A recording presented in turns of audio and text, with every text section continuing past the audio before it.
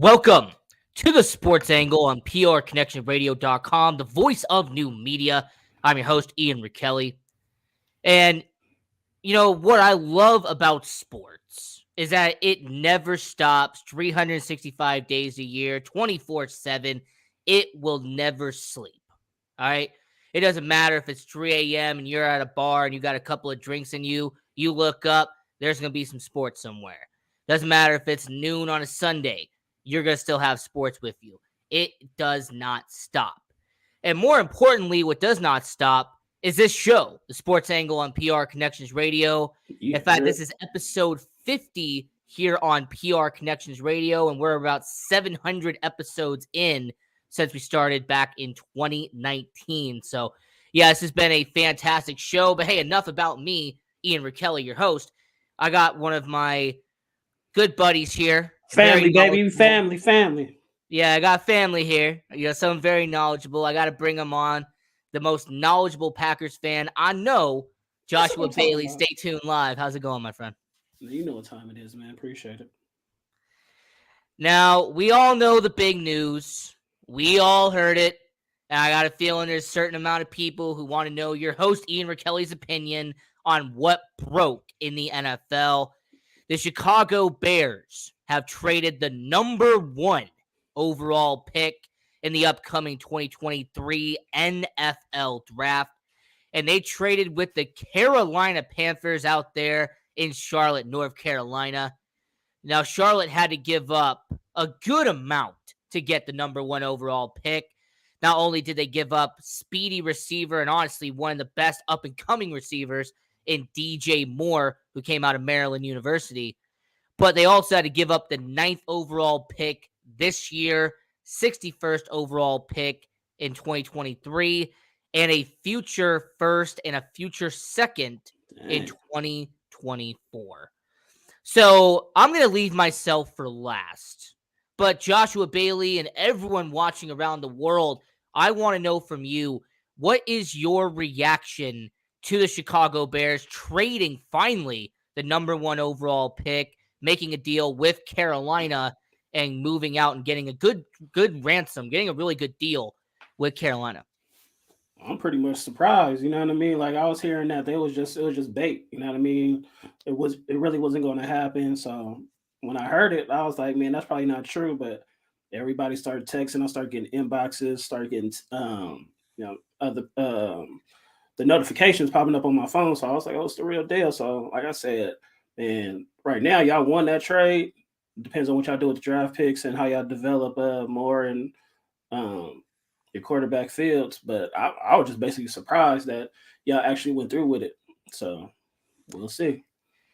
And I'm gonna give props to D-Man, by the way, because I'm gonna give you some context here. I'm working at the post office. I'm at the postal service. I'm shipping out packages. I'm helping out customers, and I'm not kidding. For 2 whole minutes, my phone was and it was Dalton D-Man Smith that chat we're in. He literally blew up my phone for 2 minutes. Hey, shout out to you, Dalton, by the way. D-Man. But yeah, it was good. It was great news, and I will look at this from 2 different perspectives here. I'm going to analyze it from Carolina's perspective, and I'm going to analyze it from Chicago's perspective. So when you analyze it from Carolina's perspective, it is a move that needed to be done. Carolina really hasn't had a franchise quarterback since the Cam Newton era. I mean, they've really been struggling for a long time to have an elite quarterback, a superstar quarterback in Carolina. Sam Darnold hasn't been it. Baker Mayfield hasn't been it. It doesn't matter who they've had under center.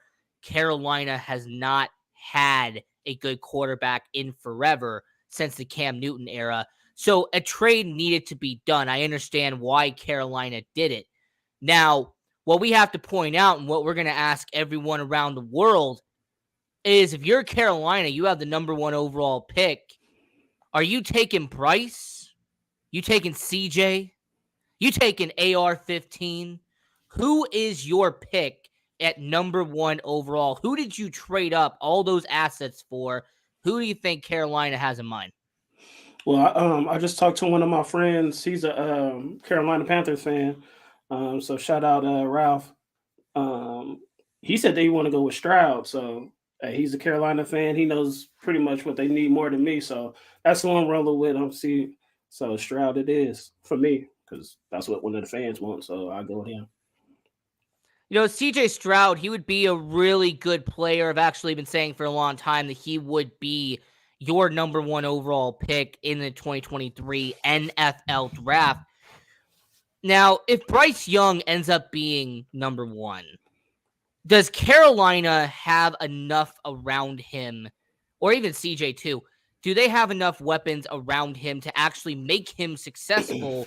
Or is it a situation where you're going to a bad team and it's going to take, a few years for him to actually develop and become a good quarterback? Because really the only situation, the only concern you have in Carolina is you traded up all these assets. You even gave up a good player in the process to maybe take a quarterback who's not going to have much weapons around him. Yeah, you said it right there. They traded DJ Moore, so they ain't really got nobody that I know of. You know what I'm saying? Their best player was DJ Moore on the offensive side, so it's gonna be that typical getting drafted by a weak team, and then they're gonna have to build around them or try to build around them because they probably gonna have to do free agency now since they traded all them picks. So I don't see them doing much because of all the draft capital that they did. So they can't pretty much build through the draft unless they hit on every other round. But it's going to be hard to build around them if they can't do it through free agency. And on that front, I will say, considering how weak NFC South is going to be, I will not be surprised if Carolina at number one, they draft CJ Stroud and they end up winning that division. I would not be surprised considering New Orleans. Considering the fact that New Orleans got an average quarterback in Derek Carr, the Tampa Bay Buccaneers have an unproven quarterback in Kyle Trask, and the Atlanta Falcons, well, the Atlanta Falcons are the Atlanta Falcons. But when it comes to the NFC South, Carolina, there's a chance they could win that division this year. You see that being a possible scenario? They draft number one, they get CJ, and then you see him in the playoffs January 2024. If CJ's a playmaker like everybody say he is, and he played in college, yeah, he definitely could. Like I didn't really think about that before I answered the last question. So yeah, he definitely could win that NFC South, which is probably the worst division in football. So especially at the quarterback position, because the best quarterback right now is Derek Carr. Yeah, it's trash. Yeah, that is a terrible statement when average Derek Carr is your best quarterback in said division. I mean, the AFC South might be on that same level. I mean, after all, they have a, average quarterback in Trevor Lawrence playing there. Now, when you go over to the Chicago Bears side of it, and this is what a lot of people have been waiting for, the Chicago Bears fleeced Carolina. There's no nice way to put it. Big time. Chicago got exactly what they wanted, trading number one overall, getting 4 high draft picks, and getting a valuable asset for Justin Fields in DJ Moore. Ryan Poles, he has a 7-year rebuild. Most Bears fans know this. We are in year 2 of a 7-year process.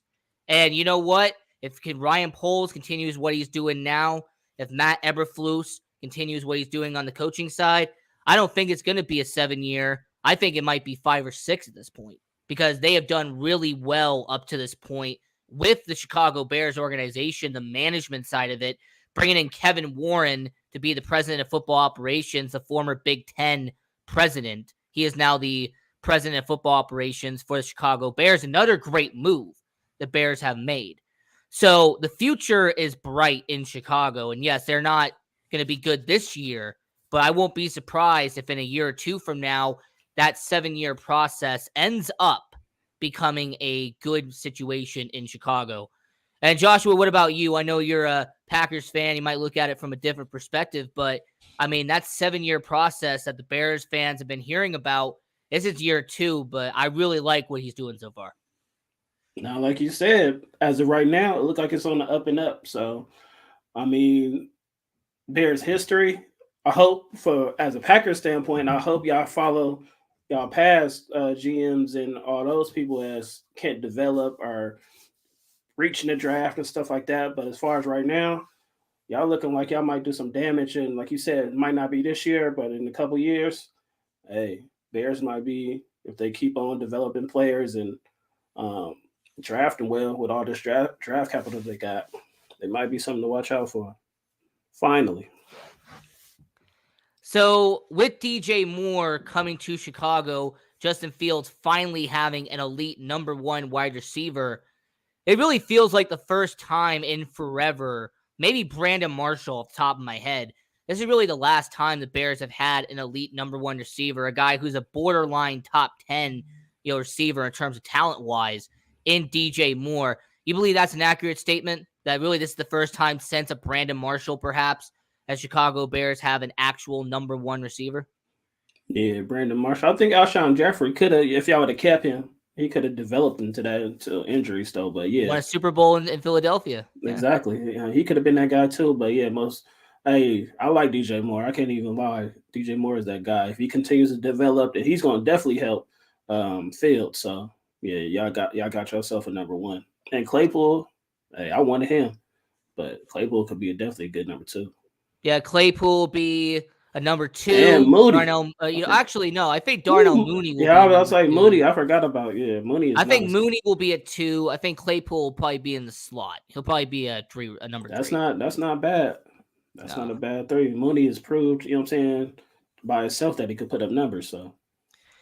So Chicago moving down to pick number 9. They need a defensive lineman. They need an edge rusher. I mean, that's really been the main issue in Chicago. They have nobody to get to the quarterback. Jalen Carter, we know about the situation and what he put himself in very recently. The fact that he has charges, there was a warrant out for his arrest. There was, that people looking for him, that type of situation. Right. There was a belief that Jalen Carter could fall from a top 5 pick and go a little bit down in the draft. If you're Chicago, you have the 9th overall pick. If Jalen Carter is still on the board, I'm saying this is if he's still on the board. If you're Chicago, would you take a flyer? Would you take a chance on Jalen Carter, knowing his talent and knowing what you saw on the film-wise from University of Georgia? Or would you pass on him and go for someone like maybe Brian Bresee from Clemson, Tyree Wilson from Texas Tech, if he's still on the board? Would you pass and go with one of those guys? Or would you say, you know what? We think we can help him out. Jalen Carter, he will be our future of the defense. Now, I'm a Georgia guy, so I'm rolling my boy Carter. Plus, his talent is still a top 5 talent. You know what I mean? Like his off the field issues, you know what I mean? It'll handle itself. But as far as the talent, you see it on the tape and you see it in the not the combine, but you see it in workouts and stuff like that, that he's just a great talent to have. And we all know Chicago, they could develop defensive players. So I'll take my chances with Carter if I was y'all. Hopefully not, because I think he's going to be a stud. Even though with all the off the field issues, he still could come in there and do some damage. And we got about 2 minutes left here in the segment talking about the Bears trading number 1 overall pick to Carolina. That was the massive news coming out of the NFL world. I'm your host, Ian Rakelli, here on PRConnectionsRadio.com, the voice of new media. This is the Sports Angle. We're here with Joshua Bailey from Stay Tuned Live. Yeah, so about 2 minutes left in the segment. Is there any other observations you noticed about this trade? Because I have one that I believe the audience would be really, really curious about. Nah. Say it again. I said, is there any other comments, anything else about this trade that you noticed? Because Carolina and Chicago, I think this definitely affects one team in particular. Yeah, I mean, because I know Czar, I don't know if you said it, but you know what I'm saying? There's other people saying that it wouldn't happen. So like I said, I didn't think it was going to happen, but I think it really turned the table in the NFC North because of, you know what I'm saying, all the draft capital that y'all got. Like, that just came out of nowhere. So now, you know what I'm saying, Green Bay's in limbo with the quarterback situation. Detroit, you know what I mean, they up and down. When they expected to do something, they fall. Minnesota, yeah, right. So now y'all come out of nowhere. So y'all really, to me, won that trade. So to me, I can see y'all taking a big step in the next couple of years. Absolutely. And now my observations really end this segment is this is going to affect Las Vegas and it's going to affect Indianapolis in a roundabout way. Because we know that Carolina was one of the 4 teams who desperately needed a quarterback in this draft. Right. Carolina needed one, Vegas needed one, Indy needed one, and Houston needed a quarterback. But with Carolina jumping up, that means that Las Vegas and Indianapolis could potentially not get a quarterback who they wanted in upcoming draft. So it's really going to affect Indianapolis and Las Vegas. And it's actually going to be curious to see Las Vegas 7th overall pick. Who's going to be available at pick number 7 since I have Allegiant Stadium behind me? I mean, Las Vegas, you have 7th overall pick, and we'll talk about a certain quarterback maybe coming to Vegas later in the show. But it just will be interesting if AR-15's there. That's who they're most likely going to take. If Will Levis is there, that's who they're probably going to take. But really, that's my main takeaway is Carolina moving up to number 1 actually screwed over Indy and Vegas because they were going to take a quarterback before Carolina was originally going to. Yeah, and I read something real quick. I read something that since Aaron Rodgers didn't have no interest going to Carolina, that they had to make this move. You know what I mean? That's like a big reason why they made this move. So I could see it messing up Chicago, not Chicago, but Vegas and the Colts. So sucks for them. Now, moving on, and we're still going to focus on the NFL draft. And I am always very curious about, there are certain teams that are great at drafting and developing. There are some teams that are very average on it. They will hit or miss on occasion, but they will also miss at times. And certain organizations, we know who they are terrible when it comes to the draft. They take bust after bust after bust. But instead of focusing on a negative, here on the Sports Angle on PRConnectionsRadio.com, the voice of new media, we focus on positives. So, Joshua Bailey, is there anybody in the NFL that you would say is great at drafting and developing young players? Off the top, it's us, because that's our philosophy. You know what I mean? Build through the drafting, you know what I'm saying, and develop. So I know the quarterback. Well, we didn't draft Brett Favre, but we developed him. We developed Aaron Rodgers. You know what I'm saying? Devontae. We developed some guys, Aaron Jones. So we're definitely up there. Pittsburgh, especially on the defensive side. You know what I mean? I think they're good at developing players, and those are the top 2 teams. You know what I mean in the NFL that I can really think of. So I got to give credit to us though. Niners too. Niners on the defensive side too. They always seem like they pick the right guys, and they be having some playmakers over there like Fred Warner and stuff like that out of the 4th round. Come on, man. They got an eye for talent too. I mean, really 2 teams I have to give credit to. The first one is the Dallas Cowboys. The Dallas Cowboys are a team that's over the last decades have been extremely well at drafting players and finding the best out of their young talent. I mean, we could talk about Dak Prescott. We could talk about Tony Romo, Troy Aikman, Roger Staubach. You will rarely see the Dallas Cowboys go out and trade for a quarterback. They normally will draft them and then develop them as a quarterback in Dallas.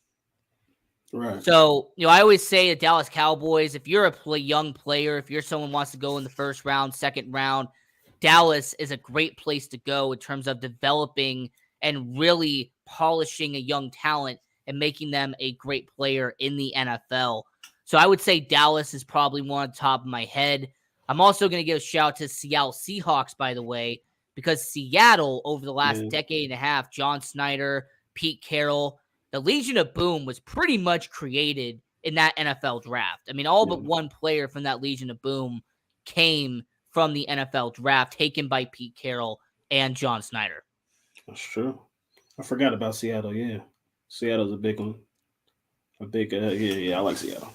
And then recently, and shout out to Blaze, by the way, for this one, very recently, Cincinnati, over the last 4 or 5 years, has really done well at developing young players. That's true. Yeah, Burrow. and Chase. And not even just So, Chase. The rest of the receivers are decent or above average too. So yeah, pretty good. Tyler Boyd, T. Higgins. even Yeah. Mixon, he's Oh, coming Joe along. Mixon. Yeah, Yo, I just make forgot. sure that he's not shooting anybody. Right, yeah, you know what I'm saying. I don't want to bring up his but yeah, Yeah. on the field, yeah, he good, but Yeah, off on the the field, field, he's great, man. yeah, Absolutely. off the field, I don't know what these boys be thinking, man. So we talked about the positive side of it. Once again, you named San Francisco, you named Green Bay. I mean, I named San Francisco, I named Seattle, I named Dallas, and I guess Cincinnati credit too. But let's flip it over real quick and talk about teams that they can't develop ever. They are so terrible at drafting. It's actually funny. I mean, Joshua, what's a team in your mind that if you're a young player, you know that you get drafted here, your career is going down the tubes? Quarterback wise, is Chicago. You know what I mean? Like they just haven't had a quarterback in years. You know what I mean? Jim McMahon was the last time. He wasn't the best, but he was the last time they went to the Super Bowl, whatever. Grossman, I thought he was going to do something. Just they just can't get over that hump. Orton, Cutler, you know what I mean? Like they can't develop. He got all the talent in the world. They can't do anything. Who else? It seemed like Detroit too. Detroit, they've been getting top picks for the longest, and they still bottom up until like I'm saying recently. But other than that, they just been bums. You know what I mean? They always got the top 5 talent, and they just don't got an eye for talent when it comes to picking in the draft. So those would be the top 2, which I'm glad that's in my division. So we'll see. So the first team that pops in your host Ian McKelly's head is Cleveland. Cleveland has been notorious for not developing players. In fact, there was a stretch of time where Cleveland, I think, went 8 first-round picks in a row, and none of them were Pro Bowl selections, which is insane. The fact that you went that long without a good player. So, that's the crazy. Cleveland Browns quarterback-wise, too. I mean, when's the last time the Cleveland Browns had a great quarterback that they actually took in an NFL draft? Yeah, that's what I'm saying. They eye of talent is horrible. I didn't even know I didn't know it was that long. Yeah, from 1999 to 2006. Dang.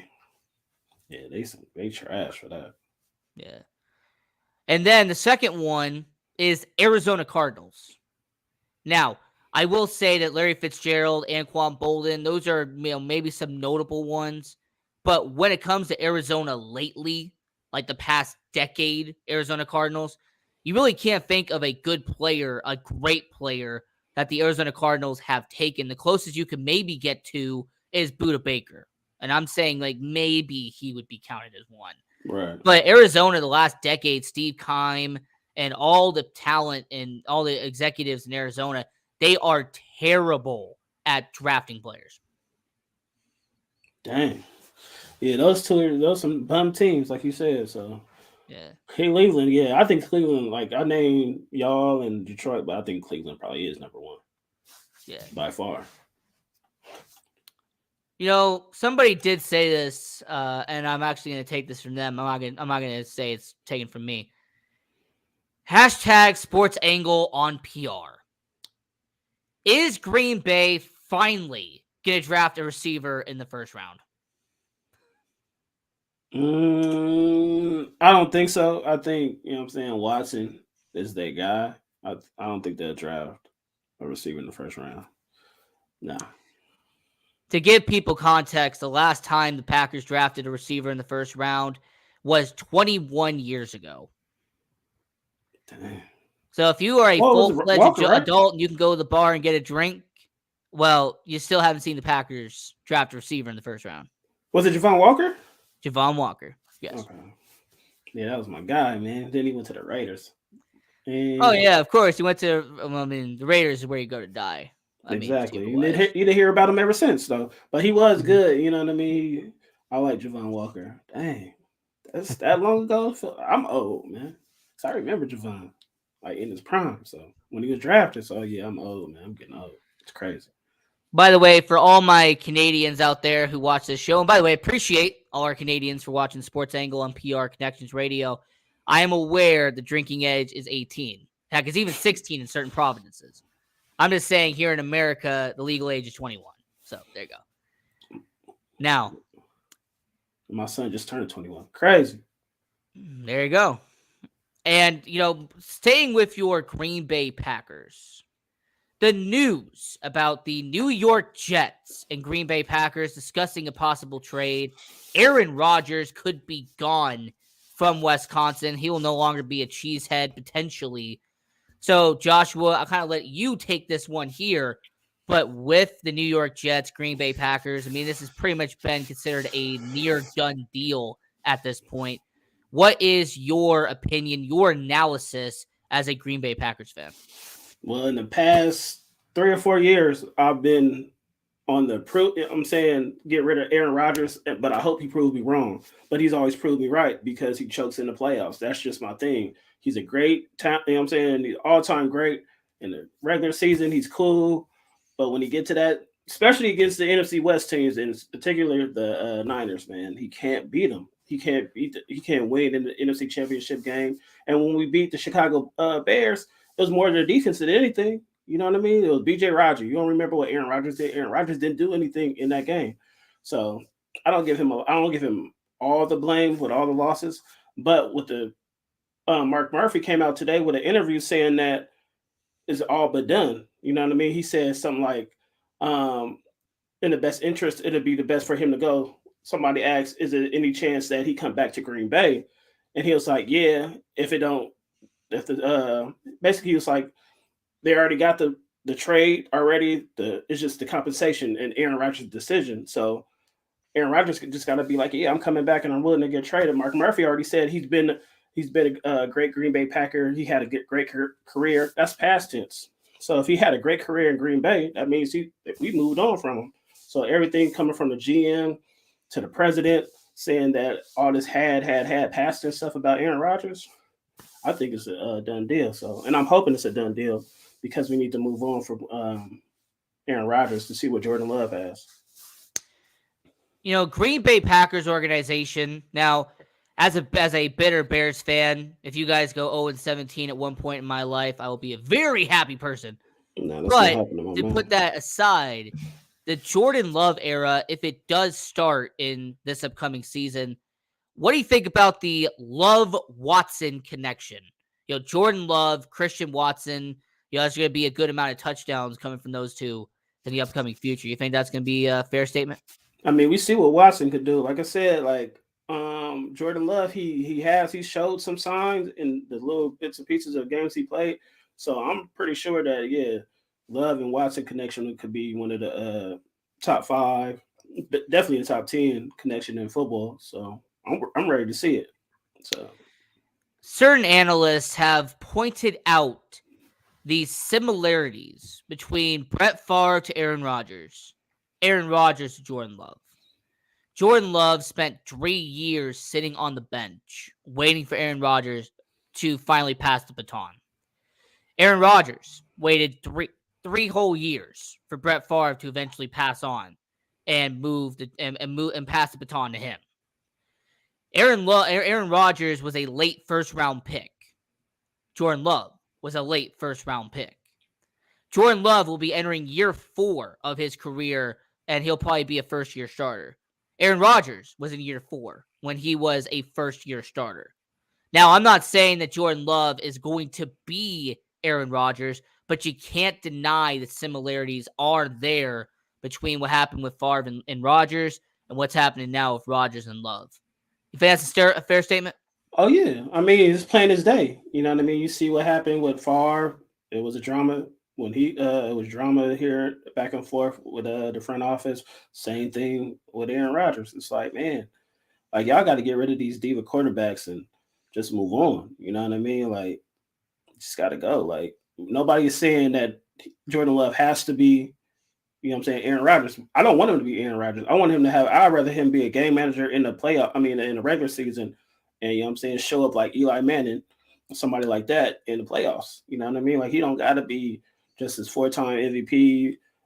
I mean, Favre was a 3-time back-to-back MVP. You know what I'm saying, and still only won 1. So you ain't got to win these MVPs or be this elite type quarterback to to win a Super Bowl. You know what I mean? So hey, it's a big similarity, but hopefully we get a ring out of it though. If Jordan Love turns out to be a great quarterback in Green Bay, as a Bears fan, I hope he doesn't. But let's say, for argument's sake, he does become a great quarterback. And once again, Green Bay has a back to back to back, great quarterback in their tenure. If Jordan Love does become that guy, does Green Bay have enough pieces to really win a championship right now in 2023? Like, what's the situation like now in Green Bay? Are they Super Bowl contender, playoff contender, around 500? Like, what's the deal? Well, with the NFC to me being so weak, you know what I mean, compared to the AFC, I think we could squeak in. If not win the division, we could win the wild card. You know, to be a wild card team because of the quarterback play in the NFC. With the weapons, you saw Watson. We got a good tandem in the back. I think it's top 5. You know what I mean? AJ Dillon and Aaron Jones. He got that. We got a pretty much solid offensive line. Defense is. I just don't like the coordinator. Joe Barry is trash. You know what I mean? The way we picked up at the end of the season, so we do got pieces. Jair Alexander, for Sean Gary come back. We got the safeties, the most worst. It's the worst position or worst position we got in on the defense. But I think he got some talent around him to make a wild card push. If not, you know what I'm saying, win the division because the division is still up in the air.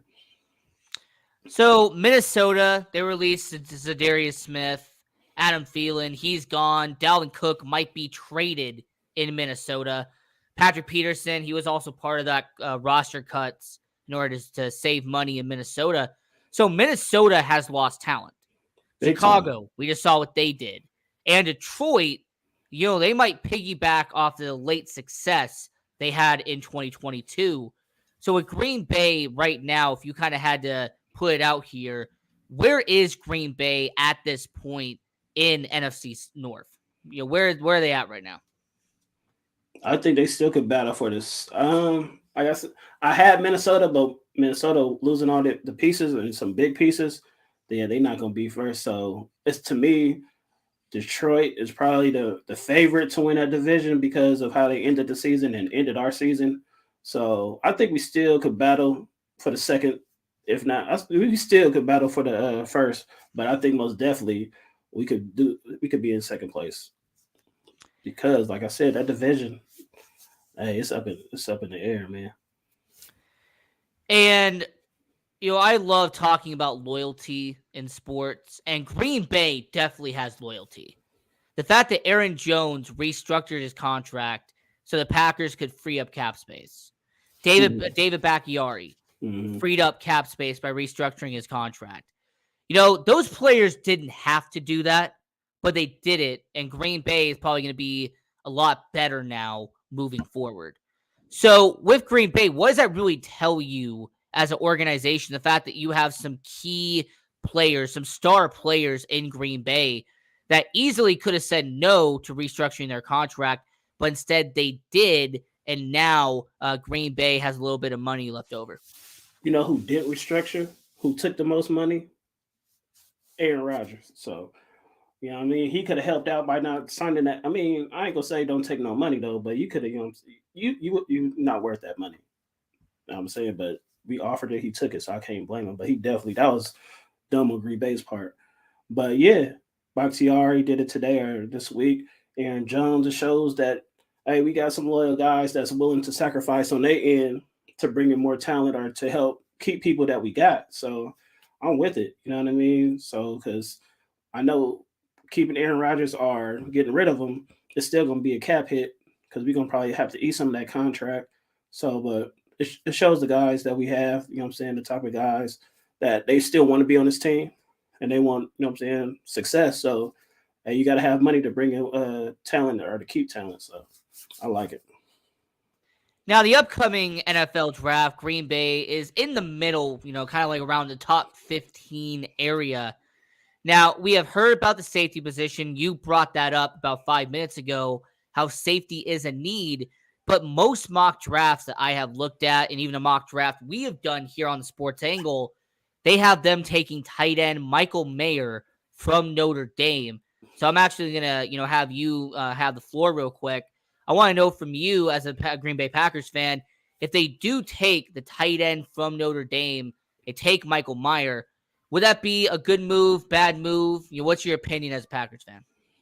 I mean, just the position to me seems like a reach though, but I didn't watch too much of him in college. If he's projected to go that high, to me, he has to be a playmaker. You know what I mean? Like in college, he was a baller. You know what I mean? So, I mean, I wouldn't be mad at it, but the fact that I think we still need safety help, we got to get some safeties, man. So, I'm not with that. I'd rather have a safety than a tight end. But like I said, if he's projected to go that high, he must got some real serious talent. So hey, we ain't had no talent at tight end since like Jermichael Finley, Mark Chmura, just playmakers though. You know what I mean? So Tunyon, after that injury, he ain't never been the same. Like I can't. They say it take time to come back from that injury though, but nah, even before that, he was on and off. So And for you the can't have 50th year, too many offensive weapons though. and for the 50th season in a row, are you re-signing Mercedes Lewis? Hell nah, man. That boy gotta go. Him, Cobb, all the Aaron Rodgers buddies gotta go, man. Nah. I mean, is he like Andre Iguodala? Now he actually I ain't gonna do Mercedes Lewis like that. He actually makes some plays. Iguodala, you already know. I watched the game last night, man. I don't even want to talk about that, but I like Iggy though, but get off my team. But yeah, nah. The highest paid assistant coach in the NBA. There you go, man. Now, as we are continuing our NFL conversation here on the Sports Angle on PRConnectionRadio.com, the voice of new media, I'm your host, Ian Rakelli. We're here with Joshua Bailey from Stay Tuned Live. And to go from Green Bay, and yeah, you see that right there. You got the banner. Nice looking banner, by the way. I appreciate it. It's still, you know what I'm saying, in the works though, but you know what I'm saying? Shout out to my wife, baby. Yeah, hey, a lot better than mine, man. If you saw the banner I originally made for myself, it doesn't even fit the whole screen. So hey, I just need to, you know what I'm saying, rework it, and hey, we still moving. We still working in here though. I appreciate it though. Now, somebody asked on social media if Aaron Rodgers gets traded for 2 first-round picks, would that be enough for Green Bay? That's a steal. If we could get 2 first-rounders for Aaron Rodgers right now, yeah, that's a steal. That's enough. I'll be satisfied with 1 first-round pick and a second or a third for another year, or a first-round pick next year. Like, but to get 2, man, I think that's a steal. I mean, it's considered the market now, though. Matthew Stafford, Russell Wilson, Lamar Jackson with his non-exclusive tag would be 2 first-round picks. Yeah, because everybody also, you know what I'm saying, 4-time MVP, back-to-back MVPs. Mm-hmm. So, I mean, his resume is great, one of the greatest. So, if they just go off that and not the last games of his last 3 or 4 seasons, hey, when it mattered the most, that's why I try to sell him, man. Hey, 4-time MVP, 2 first-round draft picks, bring him. That'll be enough. I'll take it. Yeah, absolutely. Hey, maybe take a tight end with the first one and then safety with the second one. There you go. I'll take it. If that guy's that good, if Myers is that good, I got to check dude out. You know what I mean? Because only one I knew about was, you know what I'm saying, from Georgia, our guy. But he definitely was no first-round pick. Not that high. So yeah, maybe Brian Branch, the safety from Alabama. I mean, he's the top-rated safety right now in the draft. I want to safety some because, man, Darnell Savage, man. But Amos, we have to let him go. Hopefully we get him back. And we might get your boy Jackson. So I was about to say, knowing the Chicago Bears, Eddie Jackson will be a Green Bay Packer at some point. Come on, Eddie. Now, we got about a minute left here in the segment. So at Green Bay, is there any other is there anything else about Green Bay right now that you'd want to talk about? I mean, the fact that, Green Bay doing what they're doing? I'm just waiting for that notification to come across my phone that says Green Bay has traded Aaron Rodgers to the Jets for so and so. That's all I'm waiting for. Other than that, man, hey, I can see who else is loyal, willing to sacrifice some of their money right now to save up some cap. Because, man, cap is crazy over there in Green Bay. He ain't been out since Ted Thompson because Ted Thompson used to. Our boy was tight with the money, so right now, hey, that's all. We just need some cap room. But come on, Mark So Murphy we've and been all talking about the Budapest. Midwest for really the first half hour of the Sports Angle on PR Connections Radio, but we're based in Las Vegas. We're based in the sports entertainment capital of the world, the sports betting capital of the world, the wedding capital of the world. Why'd I bring that up? Don't know, but it was on my head. So Hey, it is though. Apples all day. there you go. When it comes to Las Vegas, I mean, this is why, I call my hometown the greatest city in the United States. I've been saying that for the longest time. I'll be But there this year. But you know what? We need to go to the West Coast now because there is some interesting development in the Bay Area out there in Santa Clara, in San Francisco, because there's been talk about San Francisco 49ers. Right. There's been a report that has come out that San Francisco 49ers are interested in the former NFL MVP and the guy currently on a non-exclusive franchise tag, Right. and that is Baltimore Ravens quarterback Lamar Jackson. So this is going to be a two-parter here. First off, do you think Baltimore is actually going to let Lamar Jackson go someplace else? And two, if Lamar Jackson does sign that deal with San Francisco, I mean, what first-round pick are they going to give up? Is it going to be 2024, 2025? Are they going to give up, 2029? 2028. I mean, how far back are we going to go? Because newsflash, the 49ers do not have a first round pick. That was what they gave up when New Orleans. That's what New Orleans' current pick is. Hey, so I'm in the Bay Area, and now that's, what I'm saying, I got one of my good friends is a 49er fan, Jay Will from Stay Tuned. Shout out Jay Will. Willie Bar. Shout out to Jay Will. You know what I mean? So he's like, oh, Niners been quiet.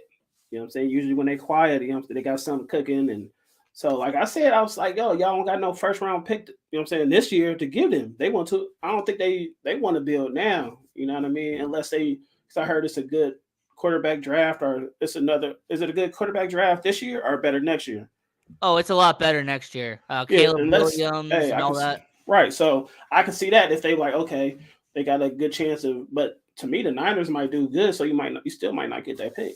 So I don't know. But what was the first part of the question? So the first part of the question is, will Baltimore actually let him go?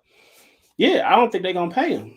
I don't see Baltimore paying quarterbacks other than Flacco. They paid. I think that was the last quarterback they paid, and it didn't turn out too good. But I don't think they're going to pay Lamar that much money. Not as much as money he wanted, the guaranteed money that he wants. Should they? I mean, I don't know. I think they put more into defense and running backs than the quarterback, but I don't see him keeping him. Sign and trade. There you go. And for argument's sake, let's say San Francisco does pull this off. They do like the NBA does, where you can't trade back-to-back first-round picks. So they give up their 2024 and their 2026 first-round pick. But just for argument's sake, say San Francisco manages to pull this off. How much better is San Francisco going to be having Lamar Jackson, having an MVP at their quarterback out there in Santa Clara? On paper, they're going to look good. You know what I mean? But they always cry about, oh, the Rams bought this ring. You know what I'm saying? This team bought this ring. Okay, this is what y'all doing too. So if y'all going to get Lamar, you know what I'm saying? Y'all reaching get Lamar paying. Y'all buying him. Y'all buying rings too. Y'all logic. You know what I mean? So to me, they're going to be in cap hell soon if they do all that. But like I said, on paper, they're going to look good. But I think he's better. I ain't going to call him a Kaepernick, but he's way better than Kaepernick. But they still didn't win. You know what I'm saying? He's that type of player. They got a great defense. I see them, you know what I'm saying, contenders. But nah, they're not going to win it. I just don't see them winning it, man. Because injuries with all their playmakers, Kittle, Debo, Lamar, and other, you know what I'm saying, some other players I can't think of. Some of their running backs is always injured. It's always something. McCaffrey is always injured. It's like, yo, y'all on paper, y'all good, but all those players are injury prone. So I don't see it happening. And I hope it don't happen. Somebody on Twitter said this, so I'm not going to take credit for it. They said, could you imagine the 49ers doing a triple option play with Deebo Samuel, Christian McCaffrey, and Lamar Jackson? That's ugly. You know what I mean? Like just the thought of that, it's like, man, they got studs though. You know what I'm saying? They got playmakers over there though. Yeah. But I hope it flips that if we get Love, Love could beat the Niners though. So Aaron Rodgers couldn't beat him, but hopefully Love can. But that triple combination that you just said, nasty. I don't even want to think about it right now. That'd be ugly, man. Now I want to very briefly mention the history with this non-exclusive franchise tag, because there's a lot of people who are kind of misinformed with what Lamar Jackson was just given. Right. So to kind of give some information real quick, the Baltimore Ravens gave quarterback Lamar Jackson a non-exclusive franchise tag. And essentially what that means is that a non-exclusive franchise tag, if you sign Lamar Jackson, if a team wants to reach out and they want to sign Lamar Jackson, let's say San Francisco, for what we're talking about right now. If San Francisco wants to sign him to a $45 million per year deal, fully guaranteed, let's just say, well, Baltimore would have 72 hours to match that deal. And if they don't, the team that signs that non-exclusive franchise tag would have to give up 2 first-round picks. It's a requirement as compensation. I mean, do you think this is a good idea from the NFL? I mean, the fact that this is an option in the NFL, pretty much a non-exclusive franchise tag that a team could get 2 first-round picks as a requirement if you take their quarterback in free agency? I mean, at the end of the day, it's a business. So, I mean, I could see it going both ways. It could be fair for some teams and not for the other team. But if you really want that guy, you're going to have to, you know what I'm saying, give us some compensation for it. So I see where the NFL is going. So I really don't got to. But the thing is, that team like Baltimore will have to, they don't have no choice but to match it. So they might not want to, but they don't really want to let them go. They probably had another offer in mind. But if San Francisco come with that $45 million a year and you just push Baltimore's hand and be like, yo, you got 72 hours. So hey, it's a tricky situation, man. But I can see it going both ways, being fair and unfair for both teams. So the conversation with Baltimore is that they are $100 million different from what Lamar Jackson's camp wants and what the Baltimore Ravens executives want. And with Lamar Jackson, you said $100 million? $100 million. Yeah, that's the difference. They really lowball him. That's disrespectful. Dang. Now, I will mention, if the Baltimore Ravens don't want to give him a guaranteed contract, that's pretty much been confirmed by sources that Baltimore does not want to give him a Deshaun Watson type contract. Lamar Jackson pretty much wants a Deshaun Watson type contract. Why wouldn't he? If he goes to San Francisco, he goes to Vegas, he goes to Miami, whoever wants to grab Lamar Jackson and make him their franchise quarterback, do you believe he would get a franchise quarterback fully guaranteed like Deshaun Watson, or would he get enough money up front that fully guaranteed wouldn't matter? No, I know teams know what he wants. So if you risking to, do a deal with him, you already know what he wants. So I think they have to, at this point, you have to give what he wants. You know what I mean? Because he's proven that, I'm not going to play. So are he going to be, like you don't know if he get hurt, is he going to stay out or not? But I think at this point, you just got to give him what he's asking for. Would he come to a team with just give him a whole bunch of that gives him money up front? I don't know, but I wouldn't even try. I'd just be like, yo, I'm ready to give you what you want, 45 a year, whatever you want. Let's do this. Hey, I'm putting all my eggs in my basket for you, man. For you, Lamar. Let's do it. So if he sees that, to me, type of commitment to him, he going to ball out. Even though, he balled out before, he going to really take care of you, and do his best. So I just give him what he wants, man. Or close to it. So ever since this non-exclusive franchise tag was created, the last 3 examples of quarterbacks being used, only 6 in history. Only 6 have ever gotten this. It was Drew Brees in 2005 when he was on the Chargers. The next year, he was in New Orleans, and we all know what happened after that. Right. In 2009, the New England Patriots did it with Matt Castle. The following year, he was in Kansas City, leading them to an AFC West title. And in 2016, the Washington Redskins did it to Kirk Cousins. I think the next year he was in Minnesota doing what he's been doing now. Right. So you think that kind of sets the trend here that you put a non-exclusive franchise tag. You're pretty much letting your quarterback go the next season. Hey, I didn't know that. So yeah, it's pretty much saying Lamar is gone. So as we are continuing our NFL conversation here on the Sports Angle on PRConnectionsRadio.com, the voice of new media, I'm your host, Ian Kelly. We're here with Joshua Bailey from Stay Tuned Live. And since I have their stadium behind me, it would be unfair, actually would be cruel if I don't mention the Las Vegas Raiders. We don't talk about the team in my backyard out here. And we don't have a quarterback right now. The Las Vegas Raiders, Derek Carr's gone. Did y'all have one the last couple of years? So with the Raiders having no active quarterback on their roster, there's really two ways this could go. You could go in the draft, 7th overall, and you could go get whoever the 4th best quarterback is going to be. Whoever's the last quarterback left could go to Las Vegas at 7. Or they could go into free agency and they can try to get a quarterback there. Now, our sources here in Las Vegas, we've talked to plenty of people here, and the main quarterback that keeps getting brought up, the main quarterback, the guy who's been to multiple Super Bowls, the guy who led a team to a Super Bowl against Kansas City, against Patrick Mahomes a few years ago, the main quarterback is not Aaron Rodgers, unfortunately, but it is the former Patriot, former 49er, and I'm talking about Jimmy Garoppolo. Yeah. He can't. Now, if he does end up coming to Las Vegas, like I said, that's been the most likely outcome talking to people I know here in Vegas. Would he make the Raiders better, Jimmy Garoppolo, or would it just be the kind of the same old what they've had the last couple of years? To me, it'd be the same old. He's proven. I think he benefited off San Francisco's defense. You know what I mean? It masked a lot of his, mistakes. He had throw interception.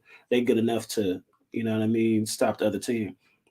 Raiders ain't got that. You know what I mean? They defense is trash. You know what I mean? Like they got two good players on there, but for the most part, that's not enough, as you can see. Jimmy Garoppolo won't be enough. I think he'll just be a bridge quarterback. So I wouldn't even try to spend that money. I try to, like you mentioned, next year is a better quarterback draft. So, I mean, you could get him and then have another guy develop next year. So, I probably rock with Garoppolo, but he ain't gonna make a difference unless that defense step up. He's not gonna make a difference at all. I think Derek Carr, talent wise, is better than Garoppolo. One of worst defenses in the NFL. Exactly, no doubt. One of.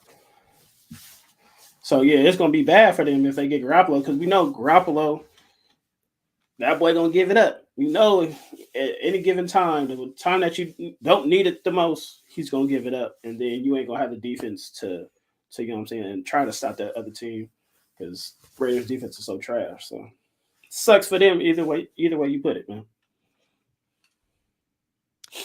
And with Las Vegas, since we are here in the sports entertainment capital of the world, Las Vegas, Nevada, this team has kind of been an odd one. Really, the 3 seasons in here in Las Vegas, going into year 4. And they haven't had a playoff game here in Las Vegas. However, next year's Super Bowl, next year, 2024, Super Bowl is going to be in Las Vegas at that stadium right behind me. So, if we're going to play predictor here, I don't think it's going to be Las Vegas, so let's just answer that right away. It's not going to be Las Vegas. Nope. But if you had to play a predictor real quick, and Joshua, you have to say who is going to be the Super Bowl matchup at Allegiant Stadium right behind me next year. Who do you think is going to be and why? I think Buffalo. No. Yeah, I think no. Cincinnati. No. I'm gonna just go with Mahomes again. You know what I mean? So I'm gonna go with Mahomes. I like Josh Allen. You know what I mean? So, but I don't. So Kansas City, and then because of Mahomes, you know what I mean? Like he's just he reminds me of Aaron Rodgers so much, but he's more clutch, and he elevates his team's play. You know what I mean? They always talk about Aaron Rodgers ain't got no weapons. Mahomes didn't have no weapons either, like that, and he still went to the Super Bowl and won it. So let me say Kansas City. NFC is a toss up because it's so wide open on the NFC side. Since it's so wide open, you see it. Green Bay Packers representing the NFC in the Super Bowl because I'm going there this year. So Green Bay and KC. So with this being the sports angle on PR Connections Radio, I like to be a little bit different. I try to change it up, as I like to say. Now, I could just go the easy route and say it's going to be Kansas City versus San Francisco because that really feels like a matchup you could see here. Patrick Mahomes taking on Lamar Jackson. Oh, if they make that could trade? potentially see that in a Super Bowl. But that's kind of an easy one to say. So let me give you two underdogs, two wild cards that maybe have a chance. Okay, and I got two other teams for you after you go. So my first team coming out of the AFC, you have a young quarterback finally entering his prime. You have a top 5 running back. You have 2 solid receivers, and your offensive line has gotten better every free agency over the last 2 seasons. Your defense is solid. It's a bunch of good veterans on your defense. They paid a lot of money for those guys as well. A team coming out of the AFC, I could see the Los Angeles Chargers out of the AFC. They got to prove me wrong. I like them. I wouldn't be mad at it, but he just got to prove me wrong. And then the NFC, shout out to my family, by the way, to all my family out there, near the Canadian border. Love you. But this team, they have one of the most experienced coaches in the NFL, a Super Bowl winner as a head coach. They just re-signed their quarterback to a 3-year deal, getting the most money he's ever had in his career up to this point. They have a young rookie running back, one of the best receiver trios in the NFL, and they drafted 2 offensive linemen with their top 2 picks last year, and they become cornerstones, really good in year 1. And they're going to get better in year 2.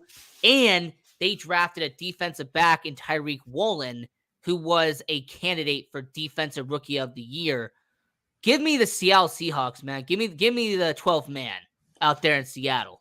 I would love that if we didn't go. Please, I would love it. As long as it ain't the Niners, y'all, and that's about it. And what's that team called in Dallas? Chicago Bears. Dallas Cowboys. The Cowgirls. Yeah, exactly. Them. Other than that, I'm with Seattle going. And then what about those 2 teams you were going to say? You had 2 teams. I'm going to say Buffalo, and then I'm going to say right now Dallas. Man, you know what? As much as I'd love to say the Buffalo Bills, I was very high on them. I think I even had them going to the Super Bowl in 2021. Last 2 years, I had them. They have the MVP favorite, Josh Allen. But I feel like people are starting to leave the bandwagon just a little bit. I feel like Buffalo is really starting to have people turn on them because of how much they disappointed the last 3 years. Accurate statement to make? Spot on, but that might be what they need. And then Dallas, their bandwagon has been together for 5,750 years. Nobody leaves the bandwagon in Dallas. You're pretty much there for life. Exactly. It's just like they got the most people coming back. You know what I'm saying? I just don't trust Dak. You know what I mean? Like you high on Dak, I'm not. You know what I mean? Oh, I'm super high on Dak. I think he's a top 5 talent in the NFL. He's the reason why they lost. So because they were saying Tony Romo would have won that game.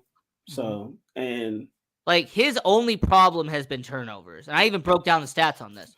If it wasn't for his turnovers, if you look at his passing yards, passing touchdowns, completion percentage, If you study everything else about Dak Prescott, he is a top 5 quarterback. His only negative is his turnovers. The fact that, yes, he does turn over the ball on a consistent basis. You talking to a guy that watched number 4 do it consistently, and that's why we could never get over that hump. And that's who you kind of remind me of is Brett Favre. But was he a top 5 quarterback though? Brett Favre? Yeah. Yeah, he won the MVP 3 times, right? Right. So despite his turnovers, he was still a top 5 quarterback. Oh, okay. Yeah. But he didn't get back though. It's like when you needed him the most, he throwing a pick. As he got older though, when he was younger, it wasn't that bad. You know what I mean? As he got older, it got worse and worse and worse. Dak Prescott is already, you know what I'm saying, slinging them boys and getting picks and stuff like that. So that's my only knock. You know what I'm saying? It's not that I don't like Dak Prescott, but I would like to see that I keep on calling them Chicago Cowboys and the Bills. You know what I mean? You know who we ride. You know what I'm saying? You know our inner circle. We got Bills fans and we got Cowboy fans. So I love to see that, but I want to see Josh Allen come out on top. I feel like you are being the Joker in the Dark Knight right now. Hey, I swear you're just like, I want to see the world burn. That's what I do. You know what I'm saying? Why so serious? But yeah, man, like for anybody who doesn't get the reference, the kind of inside joke there, for the last 4 years here on Sports Angle, I have said that Dak Prescott is a top 5 talent in the NFL. And I've always used studies and analytics. I try to back it up. And by the way, my top 5, he don't back it up though. Anybody who doesn't know my top 5, Patrick Mahomes is easily number 1. I feel like there's nobody near him at this point. He's number 1. I've got Joe Burrow at number 2. I've got Justin Herbert at number 3. I've got Dak Prescott at 4 and Jalen Hurts at 5. So that's what I'm saying. You got Dak better than Josh Allen? I don't see it, man. Look, Josh Allen to me is overhyped. I've been saying this for the last 2 years. He's a good quarterback, but he's just overrated. But they say they do the same thing. It's just if Josh stopped the turnovers, he could be, you know what I'm saying? He could be wonders too. But he just gives the ball up too much. But what I'm saying, he get the ball up and still light you up though. That ain't lighting you up. He either gonna have a lights out game or he gonna have a piss poor game.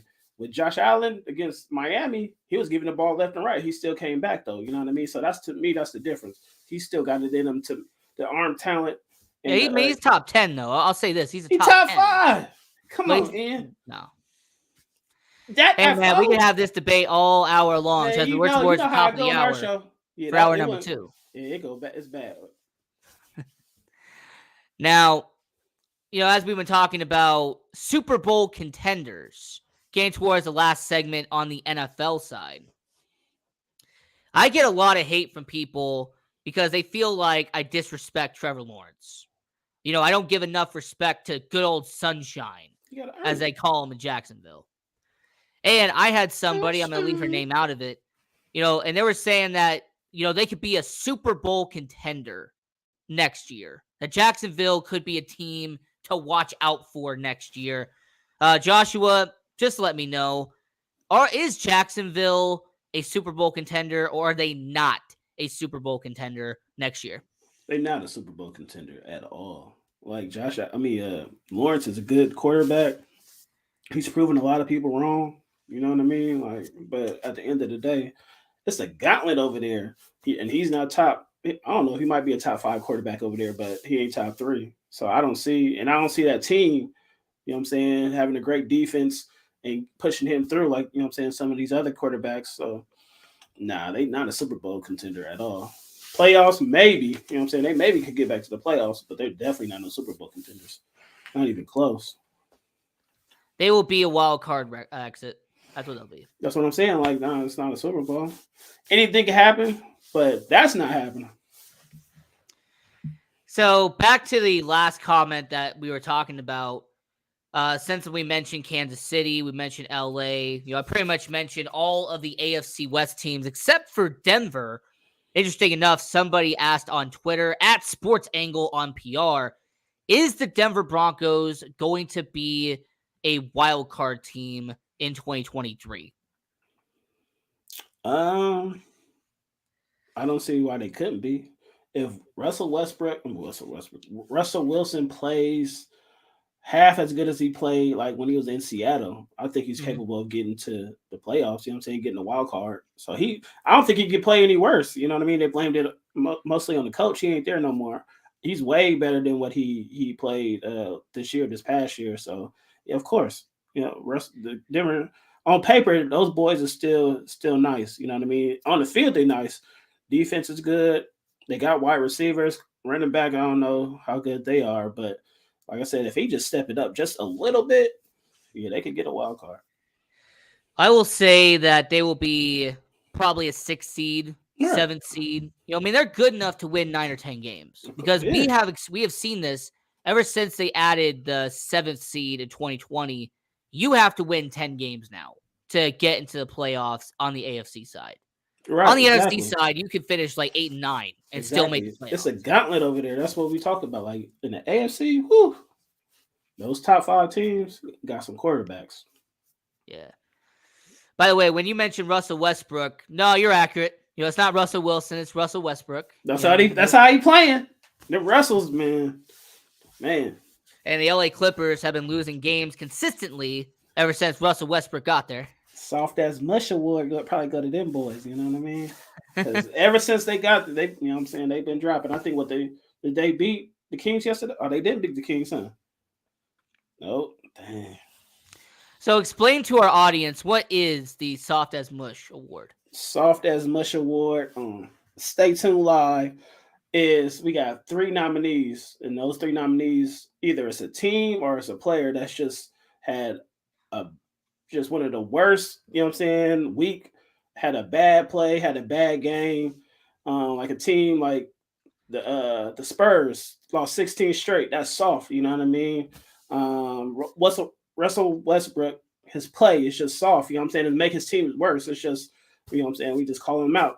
If you trash, that's what we basically call you. We ain't calling you, we just saying you soft.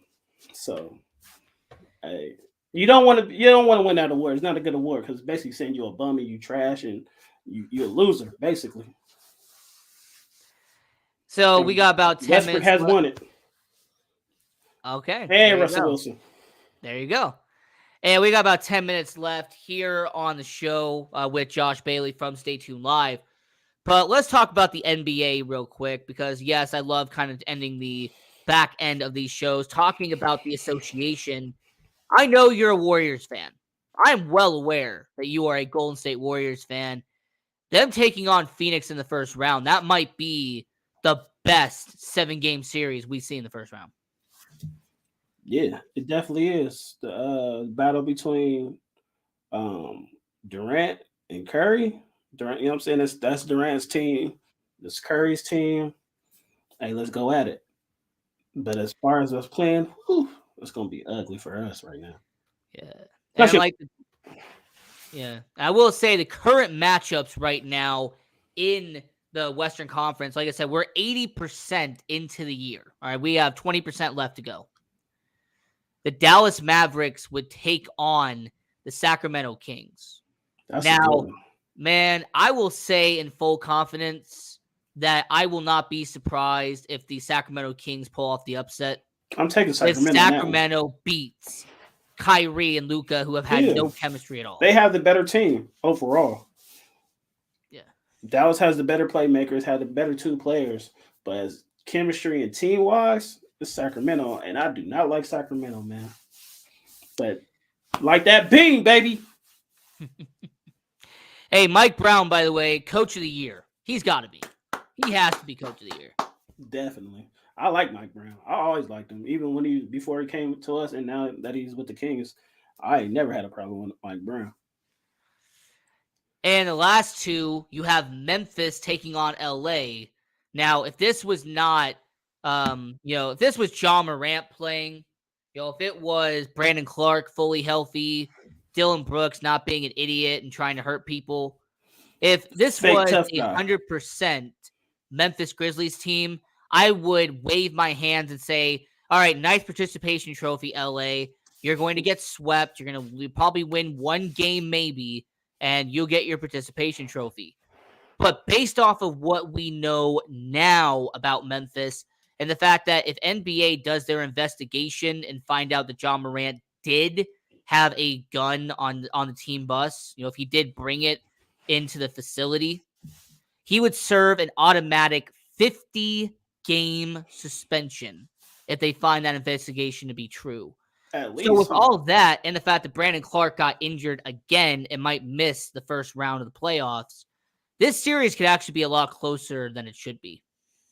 So y'all should win it hands down, though, to me. No Ja, no Clark. And is Adams coming back?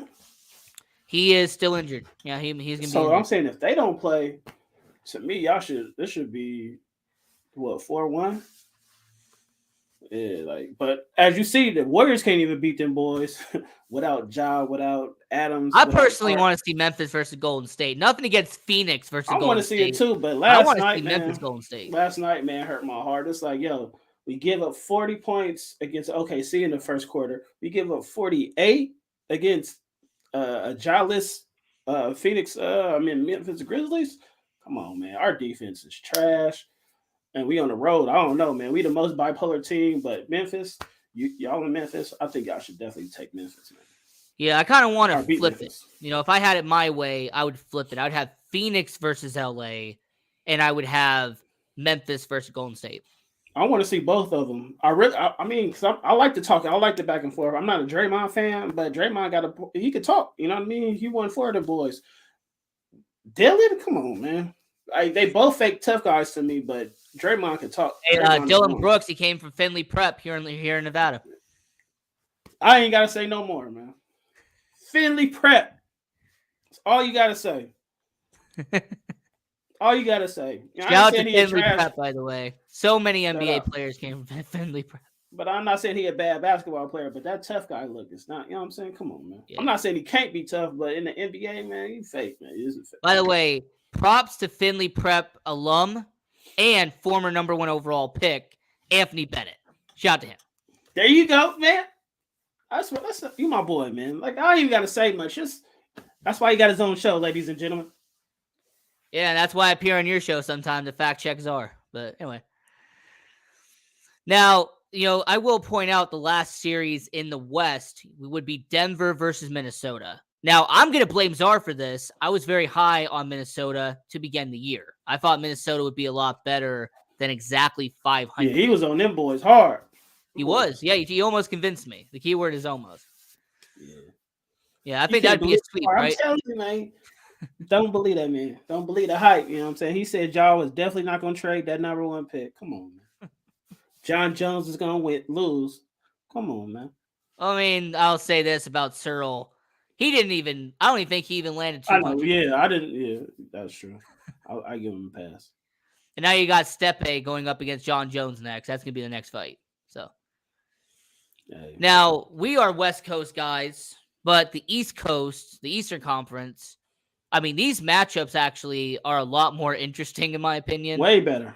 I mean, you got Milwaukee versus Atlanta. That's probably going to be the only sweep in the Eastern Conference. Atlanta's in it? Ooh, them boys is. Yeah, I mean, that's going to be a sweep, though. Participation trophy. Trae Young will get swept by Giannis, most likely. Exactly. But then you got the first real battle, and that's Miami versus Boston. And we know their playoff experience. They've taken on each other, I think, 3 or 4 times. Yeah, Miami's a different animal in the playoffs. They definitely different in the playoffs. Yeah. Jimmy Butler, for some reason, they just can't stop him in the playoffs. He turns it up. Different guy. Yeah, that's a guy that's what I'm saying. He coasts through he gets enough done in the season, but turns it up a notch in the playoffs. That's just how he is. That's how he geared. You can't, you know what I'm saying? You can't knock it. I'm still giving it to Boston, though. And then you have Philadelphia, James Harden taking on his former team in Brooklyn. And, this isn't going to be an easy series because we know the physicality between the 76ers and the Nets. Mm-hmm. But it's probably going to be Philly, right? Most likely. It should be. Yeah, I'll take Philly for the first round. Yeah, I'll definitely take Philly. Second round, nah. But they should beat Brooklyn. Bridges is nice, though. Yeah. Number 1 option now.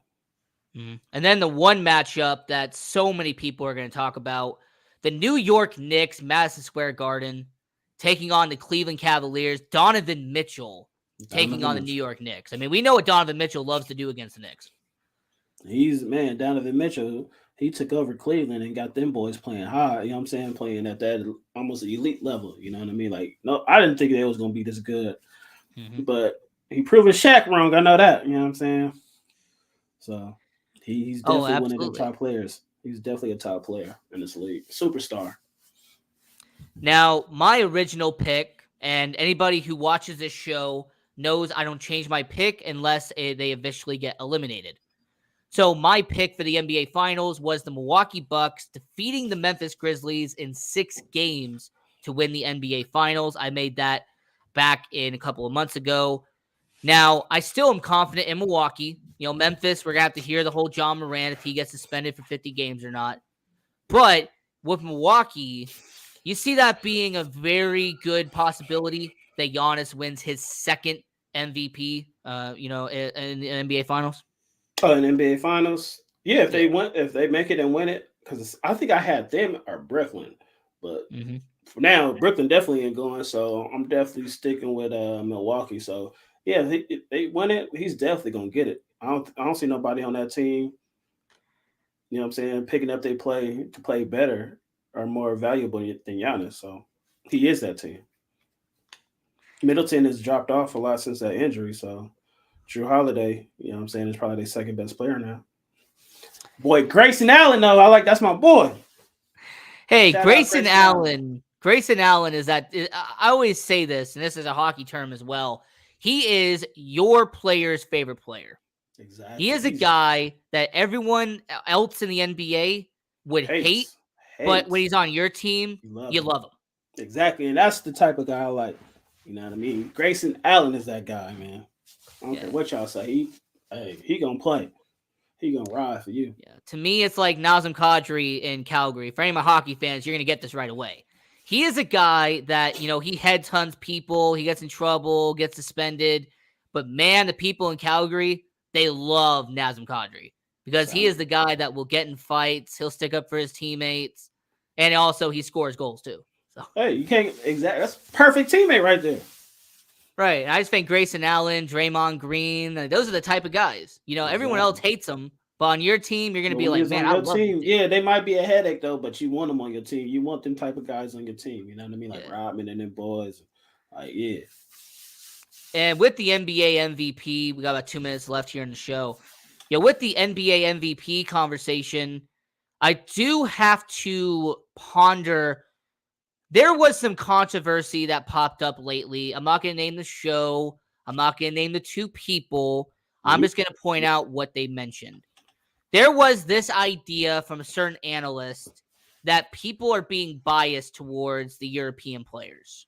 That over the last 4 or 5 years, the NBA voters, there is a bias towards players like Nikola Jokic. That there's been a bias towards players like Giannis. This idea that these European players, they have this bias towards them when it comes to the NBA MVP. Now, I have my opinion on this, obviously, but Josh, what would be your opinion on that? Do you think there is some truth to that? That there is some bias towards the European players and the guys coming in the league right now? Hell no, man. The guy that said it, man, is one of the worst analysts on, on TV, man. That dude's, he's a joke. So I mean, like he cut off like the other guy he was talking to. He said it's a coincidence that you cut it off at 1990. You know what I'm saying?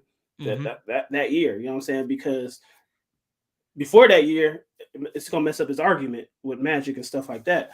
So nah, it ain't no bias. The dude is balling. You know what I'm saying? There's been a lot of, black MVP, you know what I'm saying? More than whites, you know what I mean? Or more than, Yeah. Non-black people, you know what I mean? So, of course, man. So, Joker is balling though.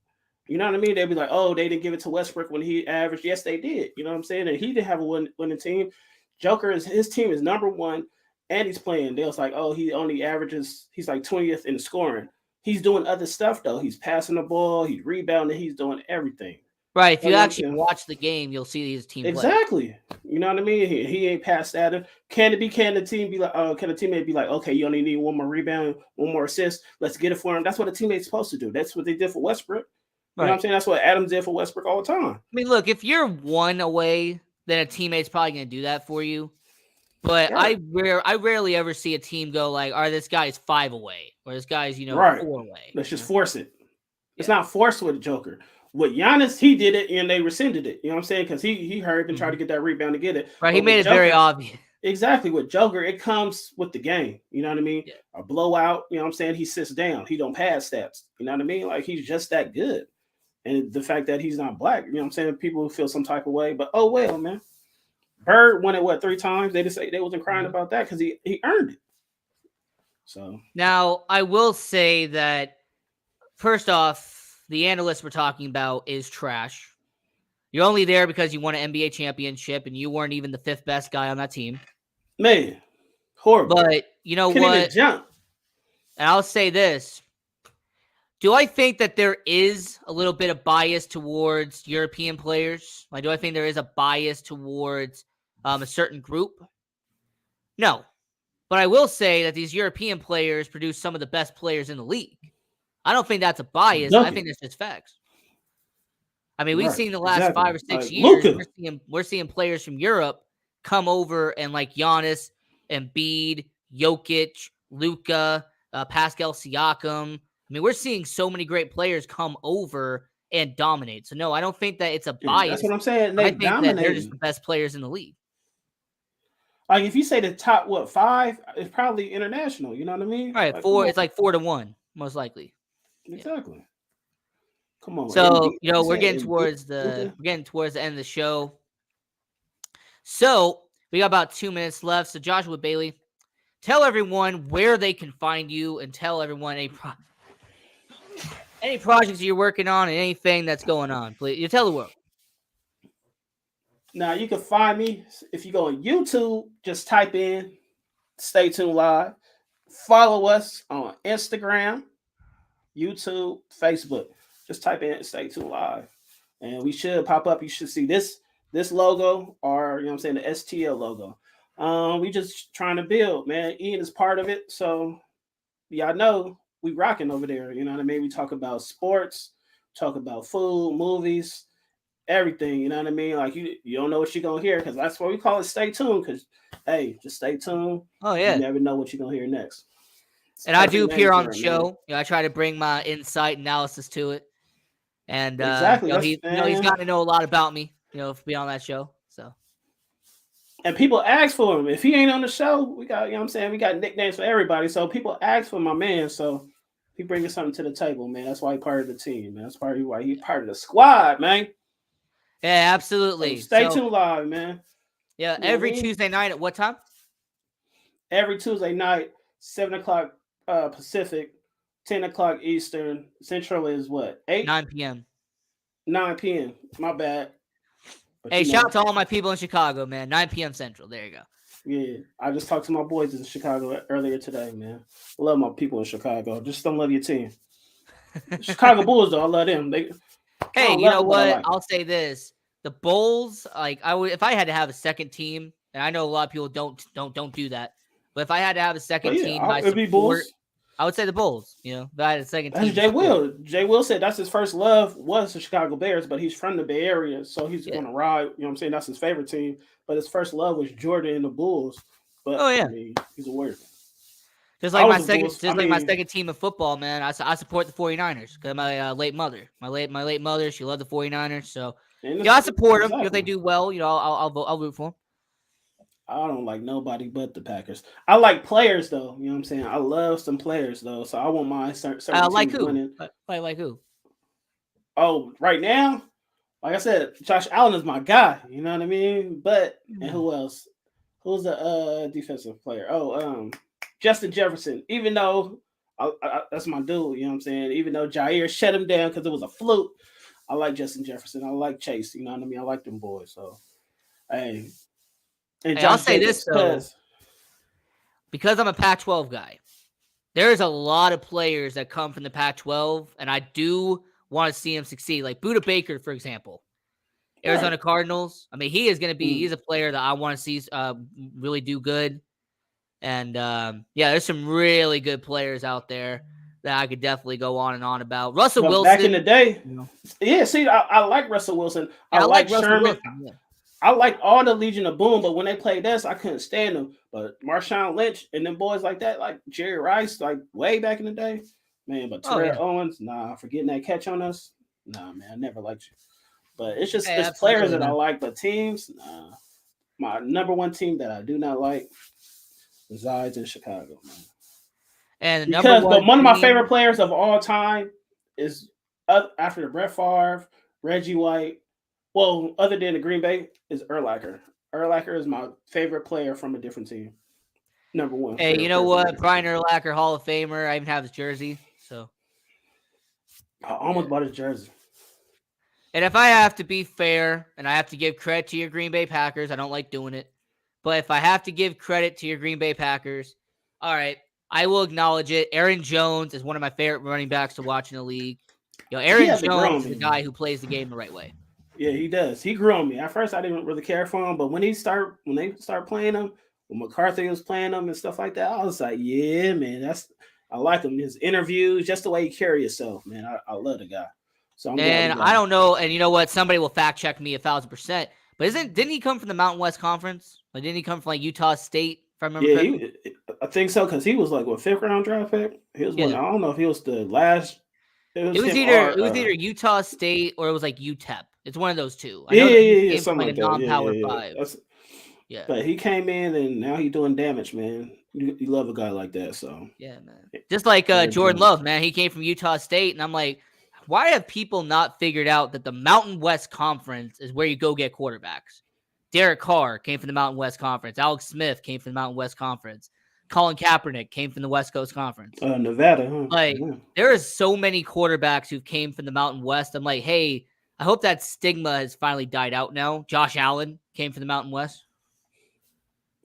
So I like Josh Allen because we got the same name. You know what I mean? Joshua Allen, Joshua Bailey. oh yeah. All right. So this has been a great show, and obviously I will see you on the other side. Shout out to Yes, Dennis sir. Holmes. And until next time, this is the Sports Angle on PRConnectionsRadio.com, the voice of new media. And this was episode 50. And until next time, have a good one, and we're out of here.